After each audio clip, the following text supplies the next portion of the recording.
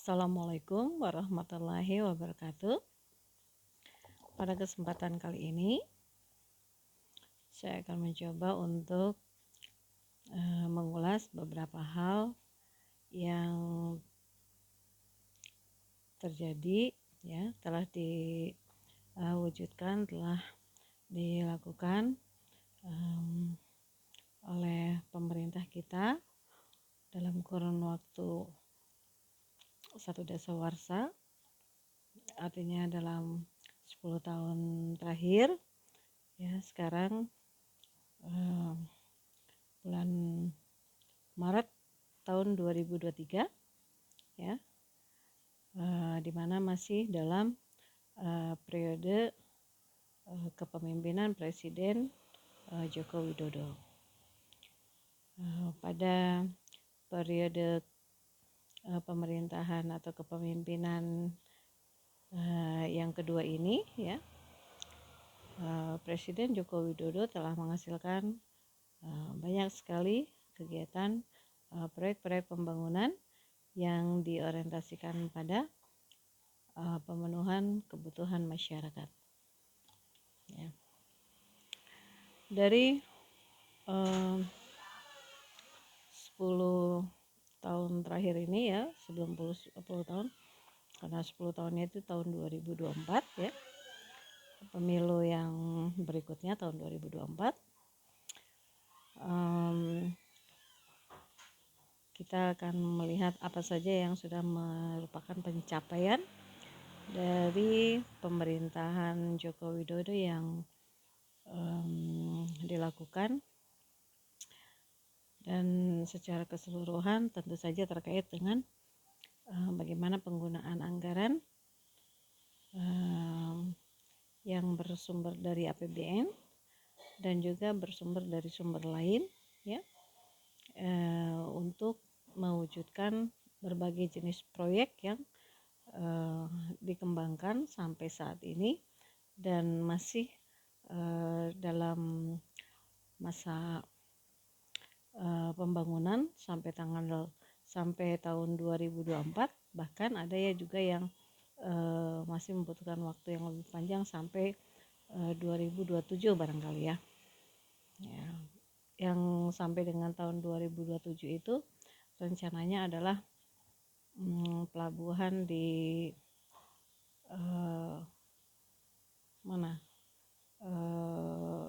pelabuhan besar yang menjadi mitra bagi Tanjung Priuk, ya. Nanti kita cari apa nama pelabuhannya. Apa yang sudah dilakukan dan apa tujuan-tujuan dari pengembangan proyek-proyek tersebut, tentu dari awal pemerintahan, ya, ditujukan untuk mewujudkan kesejahteraan masyarakat tentunya, ya, tujuannya, dan itu didasarkan atau mengacu pada janji kampanye yang digelontorkan pada saat pemilu atau pilpres 5 tahun ke belakang atau 10 tahun ke belakang. Secara umum, keterpilihan dari Presiden Joko Widodo itu didasarkan pada kecintaan masyarakat akan kinerja yang ditunjukkan oleh Joko Widodo sebagai wali kota Solo, kemudian juga pernah menjadi gubernur DKI Jakarta walaupun tidak tuntas, ya. Kalau tidak tuntas itu kan terlepas dari apakah dorongan dari eksternal, yaitu dari partainya, atau dari keinginannya sendiri untuk lebih tinggi lagi dalam pencapaian posisi sebagai pejabat publik, ya. Tapi yang jelas tidak tuntas, ya, yang kemudian disambung dengan gubernur yang lainnya, kemudian menjadi presiden, terpilih menjadi Presiden Republik Indonesia. Ya, kecintaan masyarakat itu ditunjukkan dengan sikap memilih dari masyarakat yang kemudian memenangkan Joko Widodo sebagai Presiden Republik Indonesia. Lalu apa yang sudah dilakukan? Banyak sekali ya. Kemudian apa alasan Presiden Joko Widodo melakukan itu? Tentu juga pertimbangannya banyak. Ya, dari banyak hal yang bisa kita soroti, tentu kita bisa fokus ke beberapa hal saja sedikit. Tentu yang sangat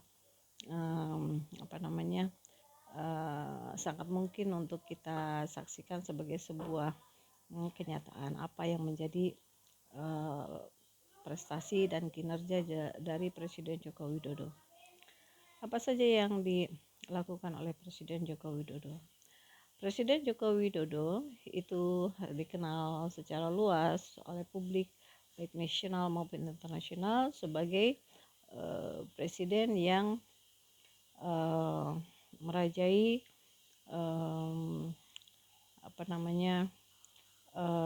konsep pembangunan infrastruktur di Indonesia yang sangat kuat ya. Apakah sebelumnya pemerintahan sebelumnya tidak membangun infrastruktur? Tentu membangun ya. Lantas kemudian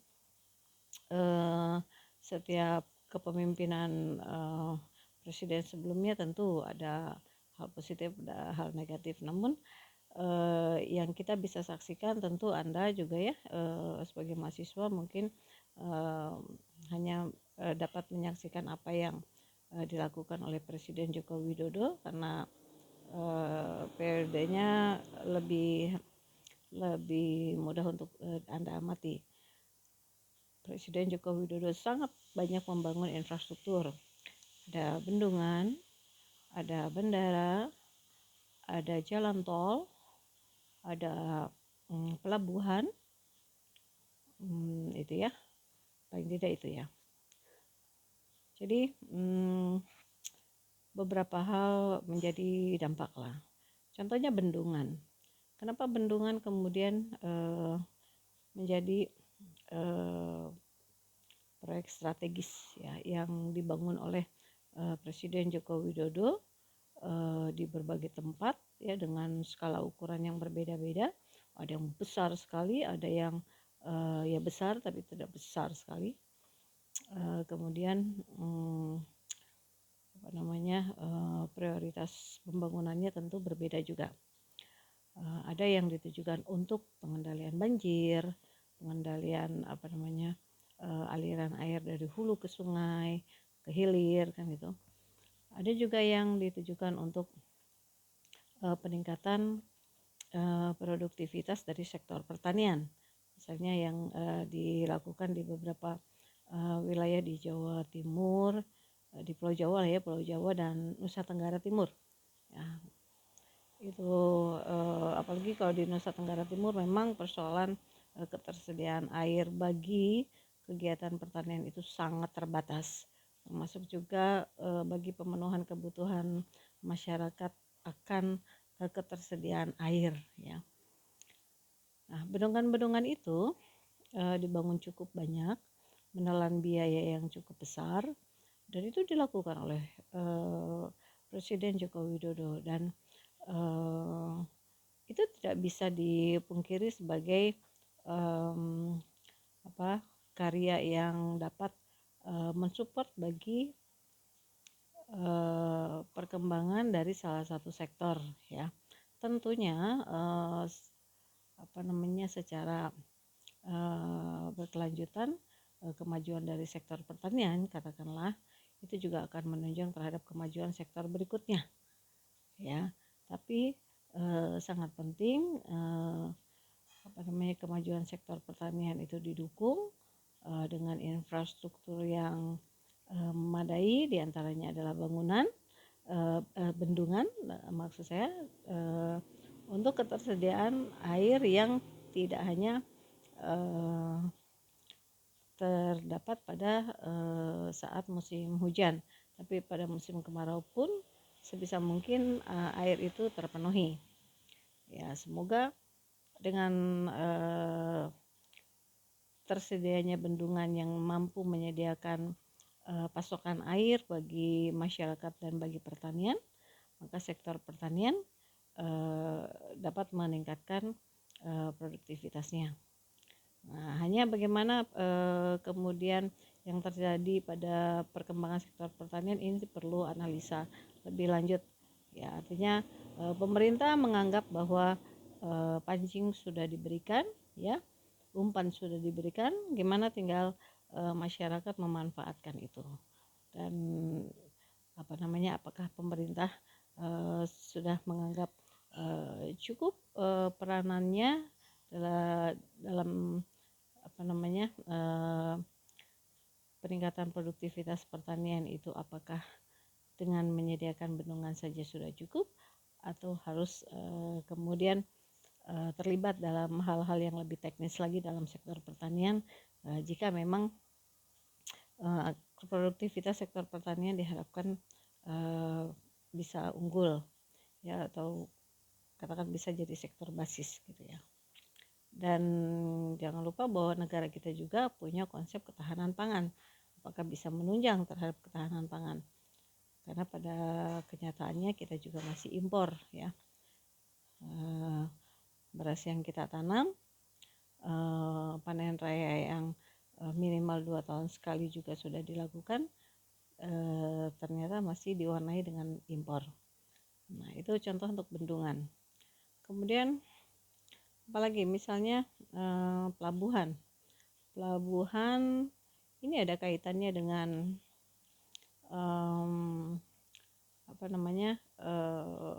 infrastruktur lainnya seperti jalan tol, kemudian seperti jalan tol, ya, bendungan dan jalan tol itu ada keterkaitan. Namun dalam bukan bendungan, pelabuhan dalam konsep pembangunan pelabuhan ditujukan untuk mempermudah konsep logistik yang yang mendukung terhadap kegiatan pembangunan ekonomi, ya, yang juga harus dipahami oleh mahasiswa adalah apa makna dari logistik itu, ya, karena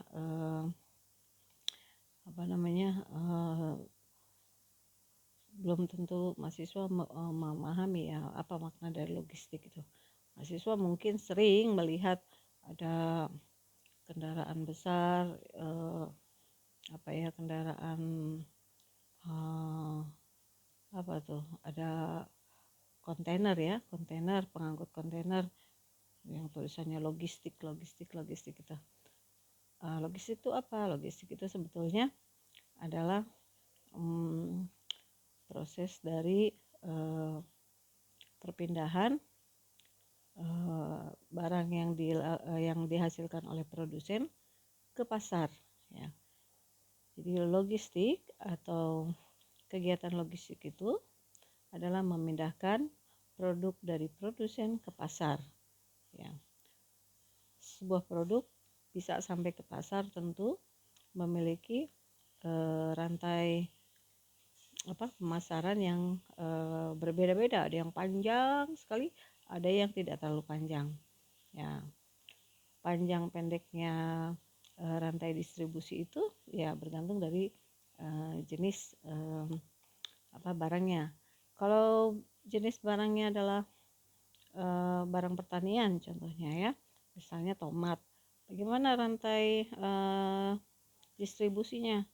Relatif lebih pendek dari kebun tomat didistribusikan atau diantar ke pasar induk, dari pasar induk kemudian sampai pada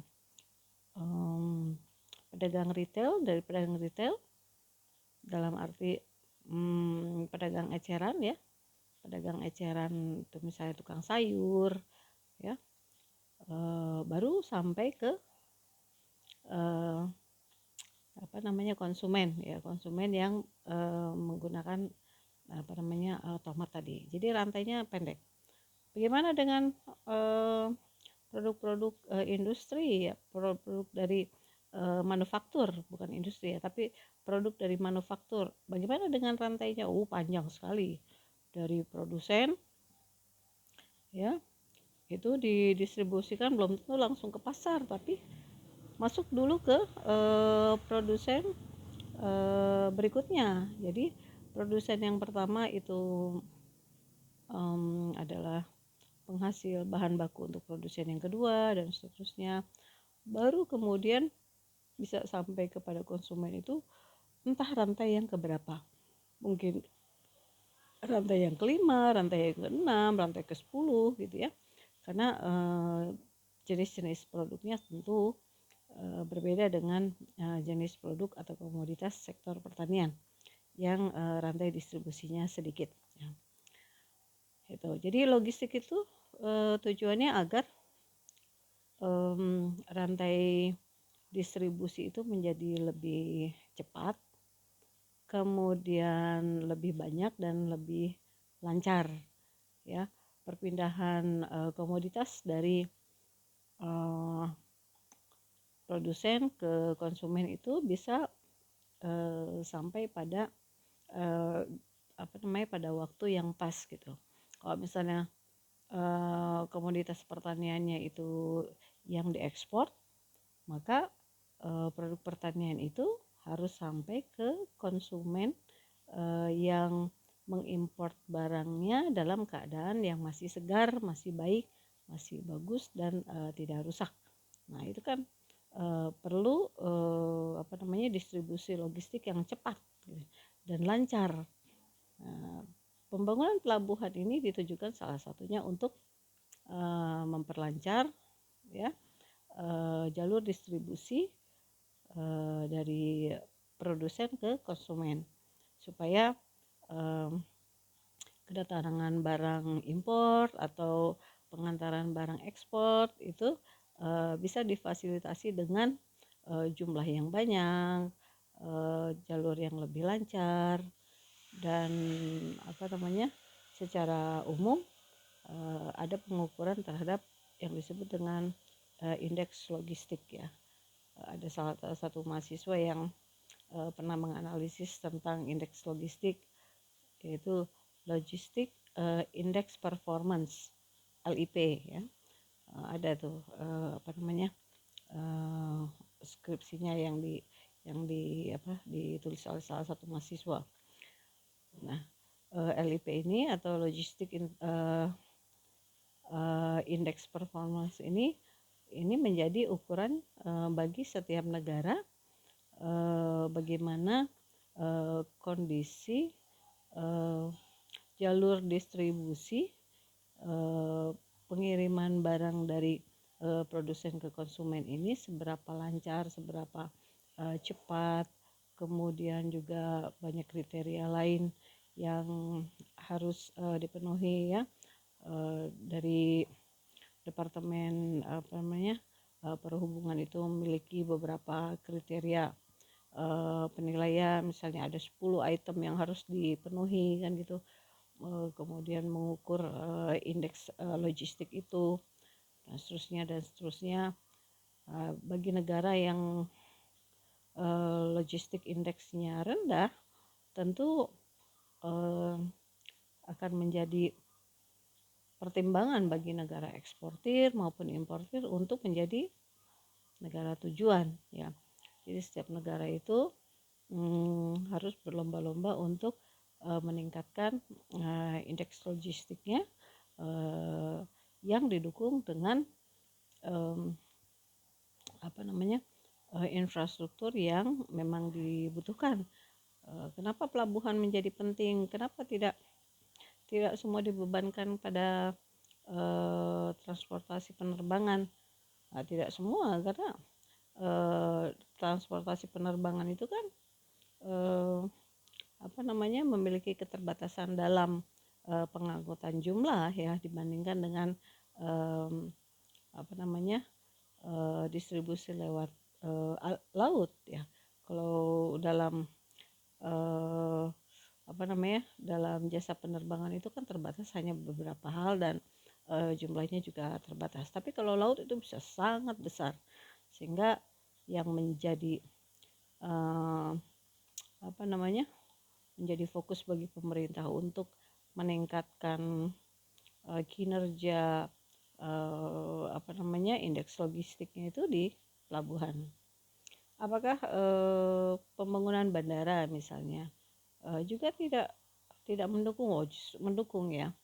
Namun sayangnya pembangunan beberapa bandara yang dilakukan oleh pemerintah tidak semuanya kemudian mencapai optimalisasi dalam penggunaannya. Kita mengenal ada beberapa bandara ya yang misalnya opsi dari bandara yang ada di Bandung ya dialihkan ke daerah Sumedang ya. Nah, pada kenyataannya kemudian jumlah flight atau penerbangan yang dilakukan di bandara yang di Sumedang itu rendah, bahkan sama dengan nol. Nah, itu kan menjadi sebuah pertanyaan, kenapa bandaranya sudah dibangun tapi flightnya nggak ada kan gitu ya. Apakah nggak ada orang yang mau ke Bandung lewat Sumedang atau ada faktor lain? Nah, itu yang bisa dijadikan sebagai topik analisis ya. Itu tadi bandara. Kemudian berikutnya jalan tol. Apakah jalan tol itu penting? Ya, bagi orang yang memang punya kepentingan terhadap pelayanan jasa jalan tol tentu menganggap itu penting. Nah, jalan tol itu apa sih? Jalan tol itu dikategorikan sebagai jalan bebas hambatan yang dibangun dengan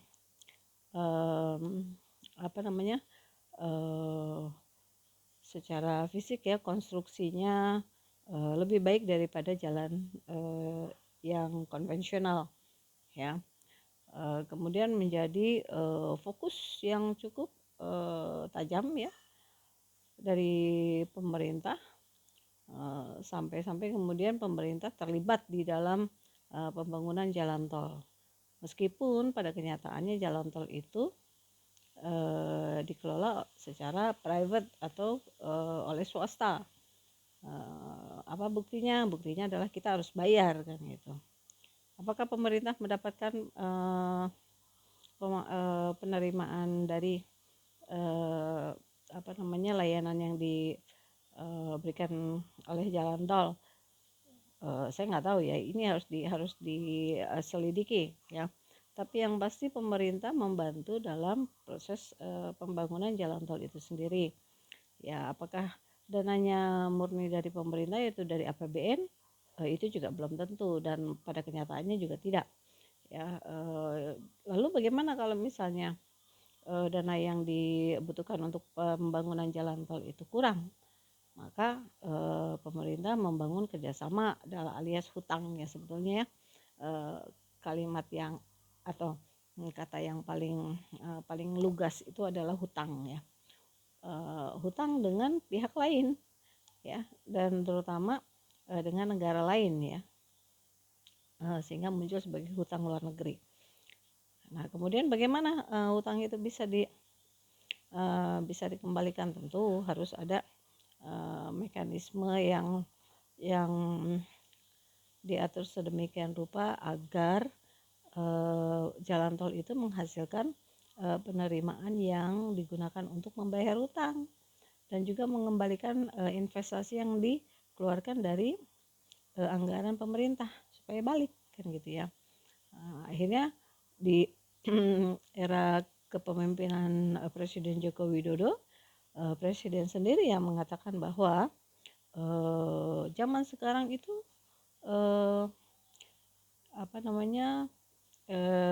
trennya adalah kita bikin jalan, kita jual ke orang, kita bikin jalan, kita jual kan gitu ya. Dijual untuk apa? Supaya orang yang membeli itu dapat memaksimalkan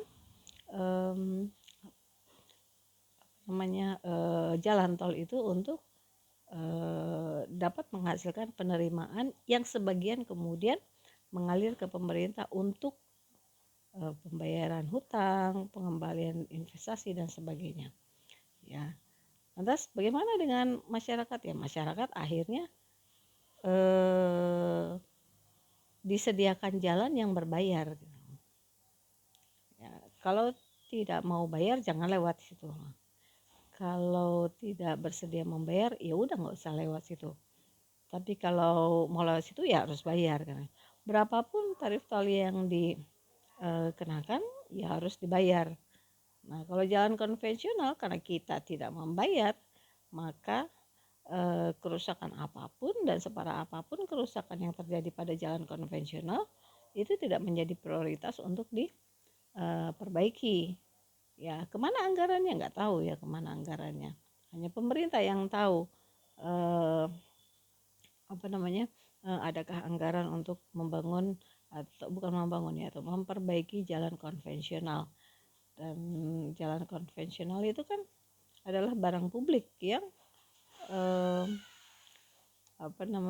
yang bisa dimanfaatkan oleh banyak orang, semua orang tanpa harus bayar. Dan memang kewajiban pemerintah adalah menyediakan barang publik, barang yang disediakan oleh pemerintah, dibangun oleh pemerintah dari uang negara yang berasal dari rakyat. Ya kan, uang negara berasalnya dari rakyat. Nah, uang yang berasal dari rakyat ini harus kembali ke rakyat. Salah satu cara mengembalikan kepada rakyat adalah perbaiki dong jalan konvensional. Jangan udah bolong dibiarkan saja, dibikin sengaja biar macet. Apalagi nanti kalau misalnya mau lebaran ya, dari 2023 ini, tahun 2023 ini lebarannya insya Allah di bulan April. Itu sudah dapat diprediksikan tingkat kemacetan yang cukup tinggi di jalan konvensional.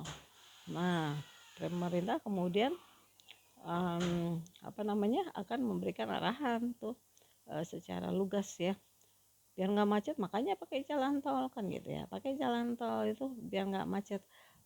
Kita lihat juga kenyataannya apakah jalan tol juga mampu menjadi solusi yang pas gitu untuk menghindari kemacetan ya. Nah itu. Kemudian kereta cepat ya. Kereta cepat dikatakan sebagai salah satu proyek strategis nasional dan yang pertama kali dibangun adalah kereta cepat jalur Jakarta-Bandung ya. Padahal sebelum-sebelumnya juga sudah ada kereta eksekutif dari Jakarta ke Bandung dan turun di kota Bandung. Sementara kereta cepat itu dari Jakarta turunnya ke Padalarang atau lingkar luar Bandung ya. Nah, soal efektivitas efisiensi itu nanti akan menjadi peluang untuk analisis ya. Namun pada kenyataannya pemerintah kemudian bertekad untuk membangun jalur kereta api cepat itu sampai dengan Surabaya ya. Kereta cepat membangun sampai Surabaya, dan sudah ada juga yang resmikan juga di Sulawesi ya, kereta cepatnya. Dan artinya bahwa pemerintah mencoba untuk membangun jalur distribusi yang dianggap lebih bergengsi ya di mata dunia internasional ya. Sedangkan untuk keberadaan dan ketersediaan jalur kereta api yang sudah ada, apakah itu kemudian diperbaiki secara kualitas, ditambah rute dan sebagainya, itu tidak begitu nampak ya. Jadi ada kecenderungan mengabaikan yang sudah ada dan fokus kepada penyediaan yang belum ada, dengan kemudian menggait investor luar, dalam hal ini adalah Cina ya. Jadi Presiden Joko Widodo lebih cenderung melakukan kerjasama dengan negara Cina, karena memang negara Cina itu pada saat ini dikenal sebagai negara yang maju dalam sektor konstruksi dan transportasi, dan itu sudah juga ditunjukkan di beberapa negara yang juga bekerja sama dengan Cina mengenai terutama transportasi dan konstruksi lainnya seperti bendungan, kemudian bangunan-bangunan dan kereta api, tentunya jembatan dan kereta api. Dan kereta api cepat ini dikatakan sebagai proyek strategis nasional karena kalau kita ingat dengan salah satu istilah proyek mercusuar ya, kenapa suatu proyek disebut sebagai proyek mercusuar? Karena proyek itu mampu untuk mempromosikan jati diri seorang pemimpin negara kepada pemerintah negara lain, kemudian menunjukkan kinerja dari presidennya di negaranya dengan menunjukkan bukti-bukti proyek yang lebih canggih, lebih hebat gitu ya, lebih banyak, lebih hebat gitu ya. Nah, namun bagaimana dengan kondisi perkereta apian yang sudah terjadi selama ini di dalam masyarakat? Apakah masyarakat sudah tidak menggunakannya lagi? Oh, masih menggunakan. Apakah ada ada isu tentang penambahan jumlah gerbong, penambahan jumlah trayek, kemudian penambahan jumlah armada sehingga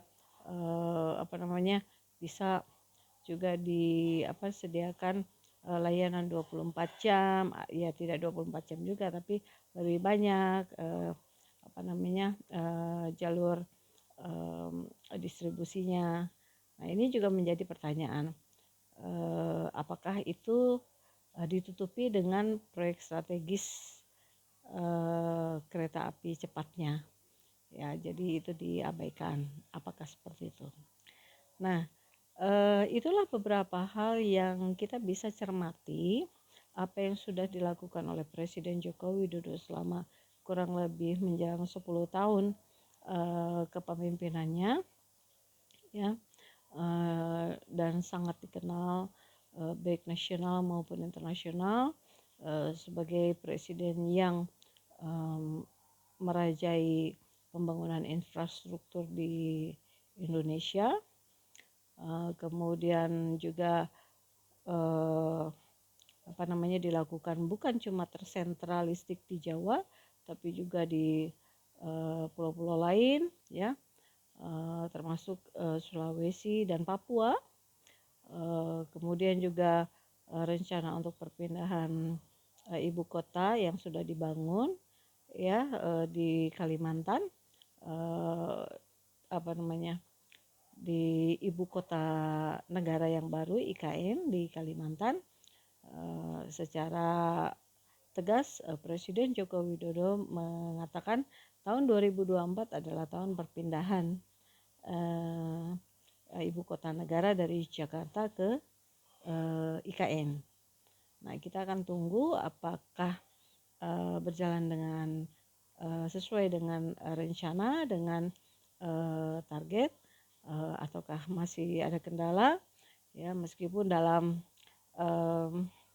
analisis secara makro ya yang sempat dilakukan juga oleh beberapa LSM yang menunjukkan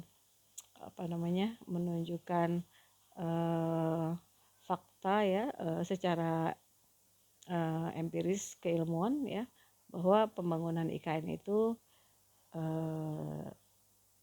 tidak mampu mendorong terhadap pertumbuhan ekonomi secara makro. Tapi kita masih melihat bagaimana peluang-peluangnya, di mana semangat dari pemerintahan Jokowi atau Presiden Jokowi untuk memindahkan ibu kota negara dengan dasar yang kita nggak tahu apakah karena memang keinginan secara atau ambisi secara personal atau memang udah merupakan pertimbangan kan gitu ya, yang didasarkan pada AMDAL dan sebagainya, karena AMDALnya tuh telat gitu.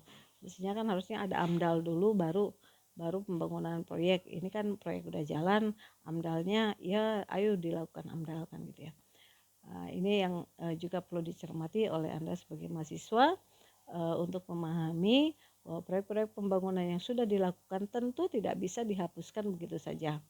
Pemimpin berikutnya tentu punya tugas untuk menganalisis apakah yang sudah dibangun itu perlu dilanjutkan atau hanya sekedar dirawat atau diganti yang lain dan sebagainya. Itu tentu perlu analisis ya. Artinya tidak bisa secara dini memutuskan untuk ini tidak dilanjutkan atau dan sebagainya, dan tetap acuan terhadap pencapaian tujuan pembangunan nasional, yaitu konsep terjadinya kegiatan pemerataan yang berdasarkan keadilan sosial ini penting untuk diwujudkan ya. Jadi hal-hal atau dampak-dampak yang dianggap dapat terjadi dipicu oleh pembangunan yang sudah dikerjakan oleh Presiden Joko Widodo ini menjadi potensi atau peluang penelitian bagi Anda. Ada banyak hal yang bisa dilakukan sebagai bahan penelitian, namun sebisa mungkin juga kita tidak perlu menyalahkan, tapi juga tidak perlu terlalu kita ketika kita akan menyatakan pembelaan terhadap kepemimpinan itu juga harus punya dasar gitu ya. Jadi bukan hanya karena pro ke Jokowi kemudian dukung apa aja kan gitu ya. Jadi kita juga mesti realistis. Demikian yang ingin saya sampaikan, beberapa ulasan tentang kondisi yang terjadi pada negara kita terkait dengan apa action yang sudah dilakukan oleh Presiden Joko Widodo. Ini tidak mengarah kepada penilaian baik dan buruk, namun tetap saja ini berpotensi untuk dianalisis baik untuk dampak baik dan dampak buruknya. Demikian yang ingin saya sampaikan. Billahi taufiq wal hidayah. Assalamualaikum warahmatullahi wabarakatuh.